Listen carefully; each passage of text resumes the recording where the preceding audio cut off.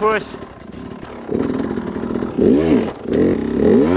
I'm back on the Enduro bike today, and I'm going to show you a few techniques you can use when you get stuck on a log. So the most common thing I see people do when they get stuck on a log like this is give it some gas, rock the bike back and forth, but it doesn't really do much. And they might just give it more gas, but that's not really going to do anything either. Right here, the tire's up in the air, and you're not even getting any dirt. Even if you're on the dirt, it's not going to do much. So the actual technique you can try to do is to be a little more patient, be calm, move your body back, and you're going to come forward and push the bars forward. And when you push the bars forward, you're going to slip the clutch, give it a little bit of gas. You don't need a lot because spinning is not going to help. You don't really want the tire to spin all that much. You can just go forward, push, slip the clutch, keep your weight back for traction, and roll on out. If you're having a hard time getting the rear tire to lift up when you push forward, I find that it actually helps to drop my elbows down and push straight forward on the bars when I bring my body forward. It just seems to help lift the rear tire onto the top of the log a little better. So this log is slightly uphill afterwards, so it's going to be very difficult to try to push the bike straight up off of the skid plate. It'll take a lot of energy. Another way you can do it is actually to roll the bike backwards a bit. This is about a good position, resting the front tire just on the other side of it and making sure the rear tire has some solid ground to drive from. And you can just do this from a sitting position, and it helps being set on the rear of the seat to have a little bit better traction when you do let the clutch out.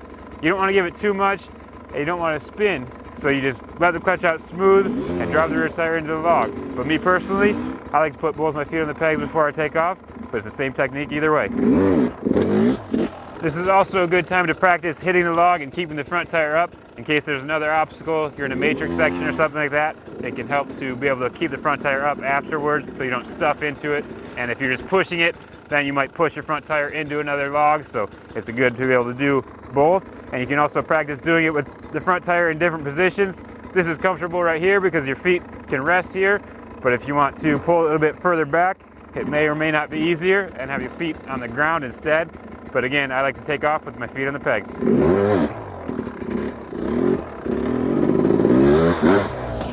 I don't have a real matrix built here right now, but I'm going to act like that log is full size, just like this one. And if I were to try to push the bike off of it, the front tire would drive into that, and I wouldn't get very far.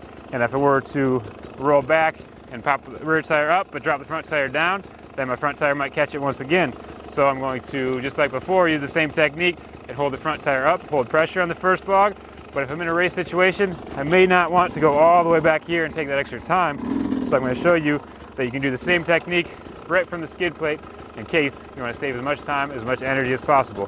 The only difference is I'm going to rock the bike back and get back over towards the rear fender before I let the clutch out. That will load the rear tire and hopefully get enough drive and traction to hold the front tire up. So if you don't make a log this big, you're really better off rolling it all the way back down and trying again. But there's another technique you want to start playing around with. It's a lot more advanced, but in some situations it can be beneficial. So in trials we call this a stuff, where your front tire is stuffed into the front of it.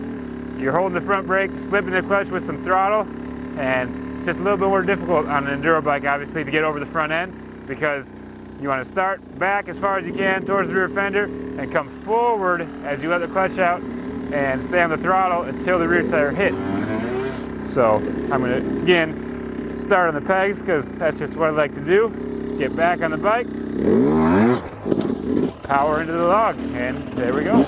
The next time you get stuck in a situation like that, try to remember those three techniques and work on them. Try to pick which one works best for you and try to apply them in different situations. The number one thing though is patience. If you get stuck, you don't just want to pin it and try to get it out there and spin the tire. That doesn't always work. Sometimes taking a step back, thinking about it, and approaching it a little more methodically will pay off in the end. Or maybe you can just stay on the pegs, roll backwards, and hit it again.